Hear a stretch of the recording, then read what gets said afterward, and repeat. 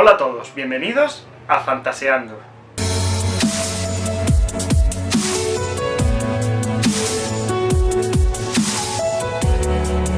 Hoy les traigo un vídeo que yo considero muy significativo. Hoy les voy a hablar de aquellos libros que no cumplieron con mis expectativas.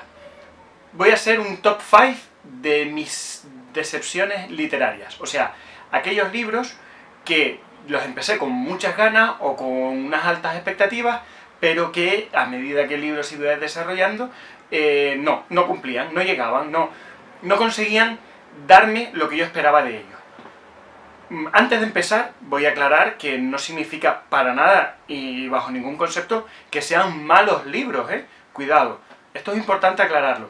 No soy quien para decir que un libro es malo o bueno, y menos cuando hablo de los libros que vamos a hablar, ¿vale? Que vamos a ver. ¿Qué pasa? Son libros que a mí, por el motivo que sea, me decepcionaron. Ni siquiera digo libros que no me gustaron, digo libros que me decepcionaron. Porque puede haberme gustado el libro, pero no haber cumplido las expectativas que tenía de él. ¿Vale? Esto que vaya por delante. Eso es lo que quiero decir con libros que me decepcionaron. ¿Vale? Pues empezamos. Este es mi top 5 de decepciones literarias.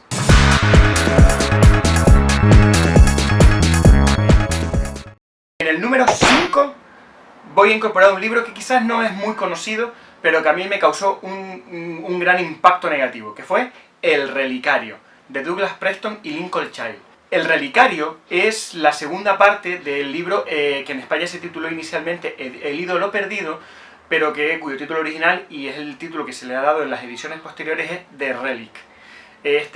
Para mí fue un grandísimo descubrimiento. De hecho, considero a Douglas Preston y Lincoln Child entre mis autores favoritos, los tengo metidos entre mis autores favoritos, y prácticamente he leído todo. Quizás ahora estoy un poco más, se me están quedando algunos títulos atrás, pero prácticamente lo he leído todo. Cuando leí El ídolo perdido me gustó muchísimo, además me encontré con un género, género que mezcla misterio con un toque de ciencia ficción, me encantó. El ídolo perdido de Relic me encantó. Y al saber que El Relicario era la continuación, no lo dudé ni un segundo y fui a saco a por él. ¿Y qué pasó? Me encontré un libro aburrido, pero aburrido. Lo terminé porque en aquella época todavía consideraba que un libro hay que terminarlo. Hoy en día yo creo que ni siquiera lo habría terminado. Me resultó oscuro, me resultó deprimente y sobre todo me resultó muy aburrido. No conseguí que la trama me atrapara en ningún momento. No tienen, a nivel de historia, no tiene ningún parecido con El ídolo perdido, que para mí fue una auténtica maravilla. Quizá al paso del tiempo no lo ha tratado muy bien, no lo sé, habría que ser una relectura, pero en aquel momento recuerdo que me impactó muchísimo y lo disfruté mucho. El Relicario, en cambio, no lo soporto. En el número 4, y quizás con este libro me voy a ganar algunos enemigos, tengo El nombre del viento, de Patrick Rothfuss. Me explico, aquí lo tengo. El nombre del viento. Yo lo leí cuando ya tenía un buen éxito, cuando ya era un libro conocido. Claro, eso significa que yo ya tenía altas esperanzas en el libro, unas grandes expectativas. Pues nada, lo empecé a leer con todo mi buen ánimo y mi buena disposición. ¿Y qué me encontré con El nombre del viento? Me encontré un libro muy bien escrito, ese mérito no se lo voy a quitar. Es un libro muy bien escrito, pero con una historia que no termina de arrancar. Una historia que con un protagonista interesante, pero sin ser una gran maravilla, y con un final que me dejó absolutamente indiferente. De hecho, considero que es un libro apañado en el sentido de que se le ha hecho un apaño. Da la sensación, y es una impresión completamente mía, de que el último fragmento del libro, y no voy a entrar en muchos detalles para no hacer spoilers, el último fragmento del libro me da la sensación de haber sido metido con calzador. Como que el libro no tenía un final cerrado, era una primera parte y era prácticamente toda una introducción, pero necesitaba meter un clímax para que el libro pudiera tener un sentido por sí mismo. Entonces hay una parte, toda la parte del Draco, que yo considero que está completamente fuera de lugar. No aporta nada a la trama principal del libro y, por supuesto, no tiene nada que ver con todo lo que ocurre posteriormente en el segundo libro, El nombre del viento. Quizás algún día en el tercer libro Patrick Rothfuss lo relacione todo y resulta que es súper importante. Yo no digo que no. pero en principio yo creo que no va a ser así. ¿Qué pasa entonces? El libro del Nombre del Viento es muy buen libro, está muy bien escrito, todo lo que tú quieras, pero a mí me decepcionó muchísimo. Esperaba encontrarme otro tipo de libro, esperaba encontrarme otra cosa. Y sobre todo habiendo oído tantas maravillas, y he seguido oyendo maravillas relacionadas con el Nombre del Viento, entre muchísimos lectores que lo consideran su libro favorito, entre sus top 5 de mejores libros de fantasía, etc. Insisto, no es mal libro, pero a mí no me llegó en ningún momento. En el número 3 tengo un libro de uno de mis autores favoritos, no podía ser de otra forma, porque tiene tantísimos libros publicados que alguno tenía que ser malo, y de hecho en este caso más de uno. Pero este es que me decepcionó especialmente. Y hablo de Cell, de Stephen King. Cuando se anunció que Stephen King iba a escribir una novela sobre zombies, me alegré muchísimo porque me parecía un género en el que él no había entrado nunca, por lo menos directamente. Tenemos Cementerio de Animales, que bueno, que puede ser algo parecido, pero no es un apocalipsis zombie al uso. Bueno, no es un apocalipsis zombie de ninguna manera. Entonces, cuando me enteré de que Stephen King iba a escribir algo así, pensé que podía ser una buenísima idea y que podía resultar un libro súper interesante. La historia trata de un día en el que un gran porcentaje de la población queda como infectado por un virus que se transmite a través de los teléfonos móviles. Entonces esta señal transmitida a través de los teléfonos los zombifica de alguna manera, los vuelve zombies. Vale, muy violentos, muy destructivos, etc. Entonces solo unos pocos sobreviven, todos aquellos pues que o no contestaron la llamada, o en ese momento no te tenían el móvil apagado, o lo que sea. Vale, después de un principio espectacular, o sea, la primera escena, el momento en el que se desarrolla, se desata esta especie de pandemia, es buenísimo, muy del estilo Stephen King, pero después de ahí para adelante la historia va pro al marisco. Para mí, el libro acaba con un mal sabor de boca, te deja con la sensación de un quiero pero no puedo, en el que no terminas nunca de meterte en la piel de los personajes, nunca terminas de creerte aquella historia. Da la sensación, desde mi punto de vista, de que fue un relato corto, de los que Stephen King suele escribir, o una noveleta, que quiso estirar para convertirlo en una novela. Me decepcionó, y me decepcionó mucho. Y mira que he leído libros de Stephen King que no me han gustado, pero porque a lo mejor ya sabía que no me podía esperar gran cosa de ellos, los libros no me decepcionaron. En cambio este me esperaba muchísimo más de él y no me gustó para nada. Con el número 2 posiblemente también me gane algún enemigo, porque el top 2 de grandes decepciones literarias está Drácula. Drácula. ¿Qué pasa? Drácula es un libro que leí hace relativamente poco, apenas hace un par de años, cuando todas mis expectativas sobre ese libro estaban por las nubes.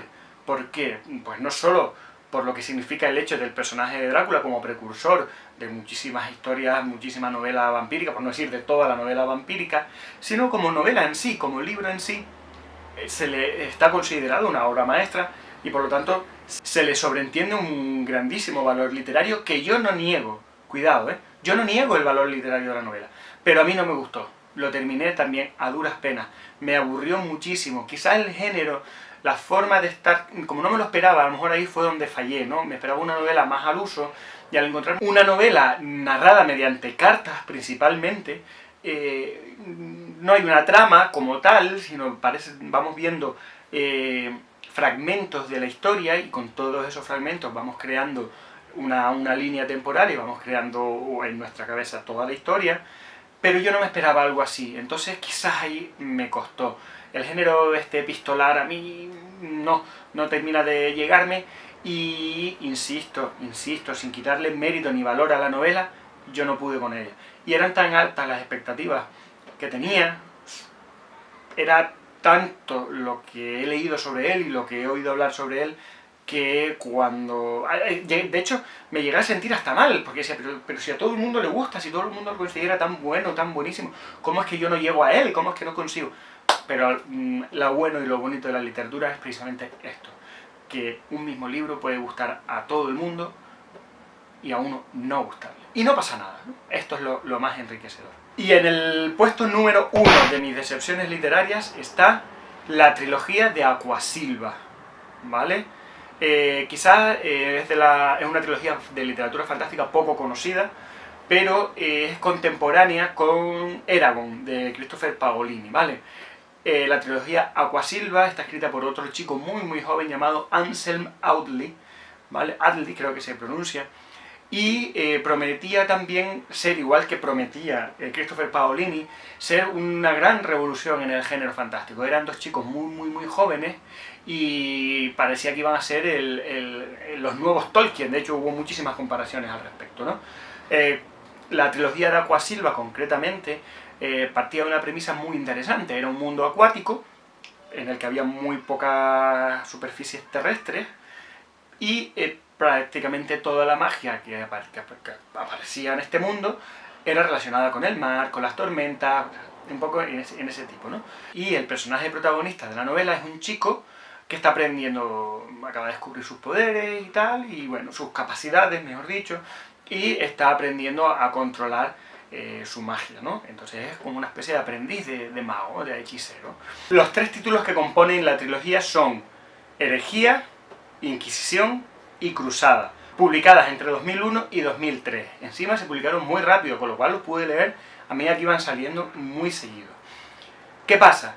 Que a pesar de que la premisa es muy válida, cuando hemos terminado los tres libros, todavía el protagonista no es un mago, no es un hechicero, no es capaz de controlar sus habilidades. ¿Qué pasa? Que cuando uno empieza una historia como esta y te das cuenta de que el protagonista es un aprendiz, lo mínimo que esperas es que a medida que avance la historia vaya mejorando, vaya subiendo de nivel, por decirlo así, y al final de la historia debería considerarse un mago hecho y derecho. El ejemplo está Harry Potter, ¿no? Sin ir más lejos. Empieza siendo un chavalín que está aprendiendo y acaba siendo un mago. Bueno, pues esto, la historia iba por ahí un poco los tiros. Entonces, cuando el último libro termina y tu personaje sigue siendo prácticamente igual de novato que en el primer libro, te queda la sensación, a pesar de que hayan pasado muchísimas cosas durante el desarrollo de los tres libros, te sigue quedando la sensación de que no has leído lo que querías leer, o por lo menos es lo que me pasó a mí. Te quedas con la sensación de que faltaba algo, de que falta un cuarto libro. De hecho, se publicó mucho tiempo después un cuarto libro, pero fuera de la trilogía principal. No recuerdo ahora mismo ni cómo se titulaba, porque es que no me lo compré. Me quedé tan decepcionado con la trilogía inicial que digo, no me va a aportar nada, es que ahora en un libro no me vas a resolver nada.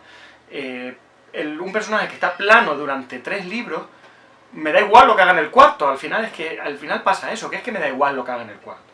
Y de hecho no me lo llegué ni siquiera a comprar. ¿Y por qué este es el número 1 de mis decepciones literarias? Porque cuando anunciaron el libro, lo ponían por las nubes. Insisto, el autor era un chico muy joven, y cuando digo muy joven estamos hablando de 16 o 17 años. Incluso, no, creo que menos, no, pero vamos, por ahí debería estar. Entonces, claro, parecía que aquello era toda una revelación, autorrevelación. De hecho, con Eragon me pasó algo parecido, pero Eragon fue un libro que me gustó y no me decepcionó tanto.